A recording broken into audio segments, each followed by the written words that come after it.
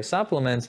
Now let's move on to one of our, I guess, final pieces, which are a little bit of a touch on Medicare Advantage plans, things that people don't realize about them. And I think the biggest kind of, I guess, wrong notion is that people think with a Medicare Advantage plan, you can do whatever you want. But it's very clear on Medicare.gov and in some of the summary of benefits that almost every service within a Medicare Advantage plan that's not your basic doctor visit or ER visit requires something called prior authorization, which means the company has to approve whatever you want to do. Whatever the doctor is recommending for you, the company has to agree with that recommendation. Now that off the bat can be scary. If the doctor says, well, I think you've got cancer, let's go ahead and get an immediate CT scan, the company could disagree with that and say, no, we don't think you have cancer. We don't think you need a CT scan. Let's start with something cheaper, and we'll work our way up to that. Now, working your way up to something like that could take precious time off of your life if you are suffering with a serious ailment. Now, this is not, I'd say, this is not the majority of cases that this happens, but it does happen. And a multitude of articles and studies by the Department of Human Health Services have come out showing they do deny a lot of claims or require prior authorizations in situations where Medicare itself would have never done that. So a big thing about this Medicare Advantage side is that, yes, it's less expensive. People always say it's free, why not take it? Well, we already know if you don't like it, you got to answer health questions to go back in most cases. But the problem is that they control what you're doing and when you're doing it. That can be really serious when you have a big health ailment. Exactly, and I think two things to pick up off that is whenever we give people this disclaimer, like we obviously have lots of clients that have Medicare Advantage plans and we do everything we can to make sure that it's the best one for them, we always say, hey, just so you know, there could be issues, services could get denied. And they always come back with well, my neighbor's uncle's cousin has one of these plans and they got exactly, they had a $50,000 heart surgery and it was covered at 100%. It's like, absolutely. I have family members who've had major surgeries on Medicare Advantage plans and it was fine. But when you do the volume that we do, we see that, 15%, 20%? 5 to 10%, whatever it may be, that they do get denied. And it's heartbreaking because people are sitting there trying to get a dialysis machine or trying to get a surgery or trying to get whatever it may be, and they simply can't. And it's heartbreaking to watch people not be able to get the care that they want just because a health insurance company wants to make a couple extra bucks. And it's pretty crazy. And then an analogy I thought of the other day that I thought you might think is funny is these Medicare Advantage plans are like certain airline companies that I won't name because I don't want to get sued or anything. But we all know the ones that are super cheap when you check them out on Expedia or Google Flights. And then when you get there, they go, oh, but the bag's $100. Oh, yeah. But your carry-on bag's $50. Oh, but your seat is $50. So you think you're saving all this money, but maybe it would have just been better to fly the company that was $100 extra at checkout, but there's no actual cost after that or anything. That analogy works so perfectly because those airline companies that nickel and dime you for everything along the way, they also say, and there's a 50% chance you don't even take off today. Exactly. Don't even fly. The same thing can happen with an Advantage plan where they say, great, you're going to be nickel and dime for everything along the way, but there's a chance that you don't even get to do it in the first place. That is, although we laugh about it because the analogy is amazing, it's really dangerous for people. I've seen people denied portable oxygen machines that couldn't make it to the doctor with the oxygen tank. I've seen people told that, hey, the only place that can do a kidney transplant for you in the next year is this hospital, but they're not in network and you can't go there, so no kidney transplant for you, right? We've seen people denied CT scans when they have cancer and wait months to get one, only to pass away from said cancer. Denied epidurals, told they need months of physical therapy before knee replacements, joint replacements, kicked out of rehab or therapy post-hospital.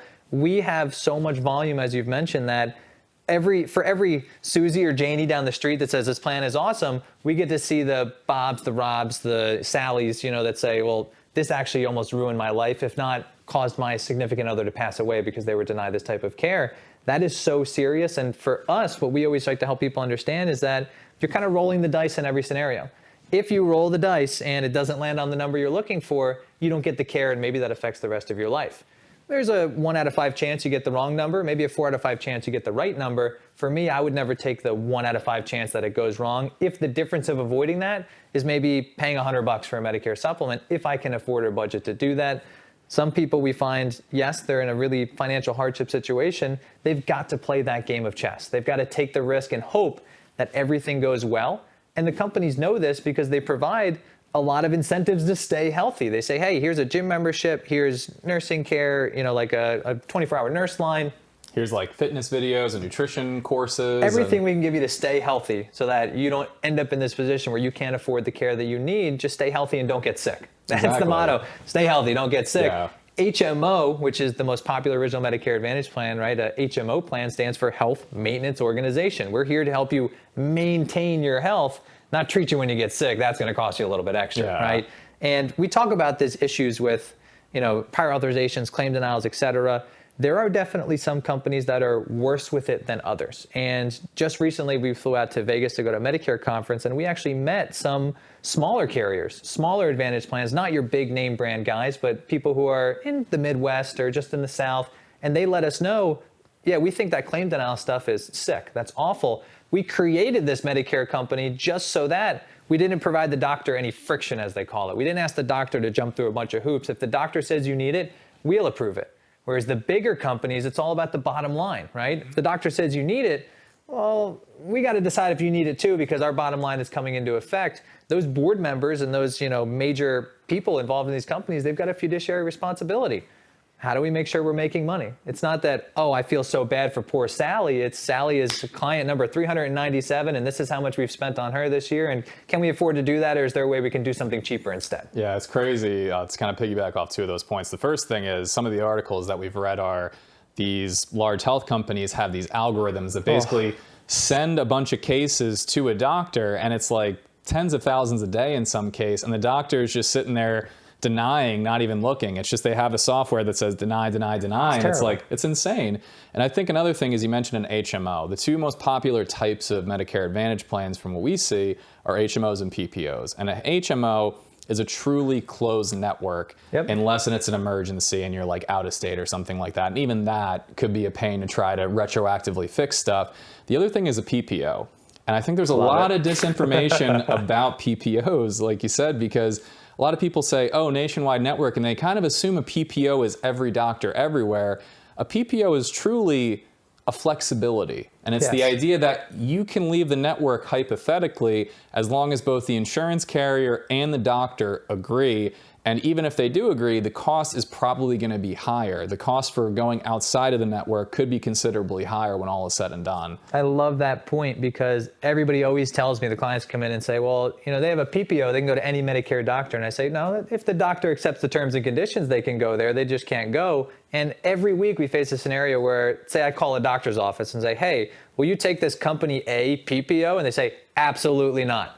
Well, I thought if I could see any Medicare doctor, I could go anywhere with my PPO. No, it's still up to the doctor. In a normal healthcare plan, usually if you have a PPO, you go to the doctor, you pay your share, right? And the insurance company pays their share, and then the remainder can be balance billed to you. In most normal Medicare PPOs, they don't allow the doctor to balance bill you any remainder. They have to agree to your flat copay for out of network. So if the doctor, wants to bill $500 and the insurance company is only going to pay them $100, well, the only difference paid isn't the $400 the doctor was looking for. It's the $20 copay you have for an out-of-network specialist. Most doctors don't think that's enough. They say, I want $500. If the insurance company pays me $100, I want the other $400 from you. If you're in a Medicare PPO, they're not allowed to bill you the extra $400. So it can't happen. And a lot of people just deny and say, we don't take that plan. Exactly. And I think it's interesting that you brought up, a minute ago about these localized Medicare Advantage plans that have less provider friction. And I think that's a good segue to one of our final points, which is provider friction is probably the number one thing you look for with any healthcare plan across the board. All the benefits and cool stuff in the world doesn't really make a difference if you can't see the doctors you want to see and get the care that you need at a price you can afford.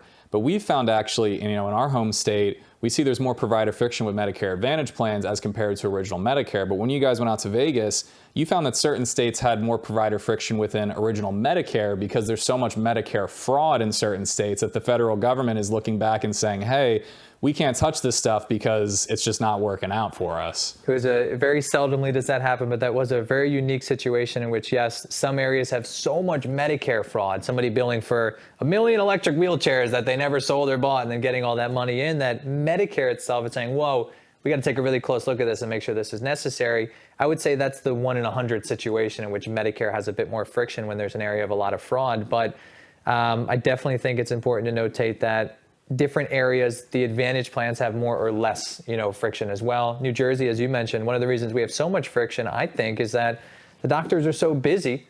Right? Doctors have hundreds of patients they're running through a day.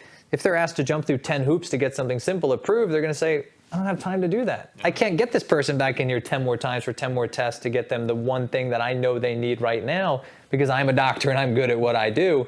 Amazing to think that they might send it off, as we faced with one company recently. Let's send it off not across the country, across the world to some other person in another office that says, oh, they're going to look at it and determine if that's necessary or not. So that it's really rough to see that happen in some people's situation. But to summarize everything we've talked about today, we've got 5 things that most people don't know about Medicare. One is the cost. That cost over a lifetime can be huge depending on your situation. 2 is that Medicare doesn't cover long-term care like nursing home or home health care, and you have to plan for that ahead of time. Number 3 is that there is an out-of-pocket max coming for the drug plans, hopefully, as long as it doesn't stall in court or anything like that, okay? Number 4 is that we've got this pre-existing condition situation with Medicare supplements where if you're not new to Medicare, they may be able to ask you health questions. And number 5, Medicare Advantage plans can have a lot of prior authorizations or provider friction. So those, I think, are some of the most common things we face when we meet somebody turning 65, that we end up going into detail about all of those pieces. And those are the ones that people say, wow, I never knew that. Yeah, it's awesome. And John, thank you so much for your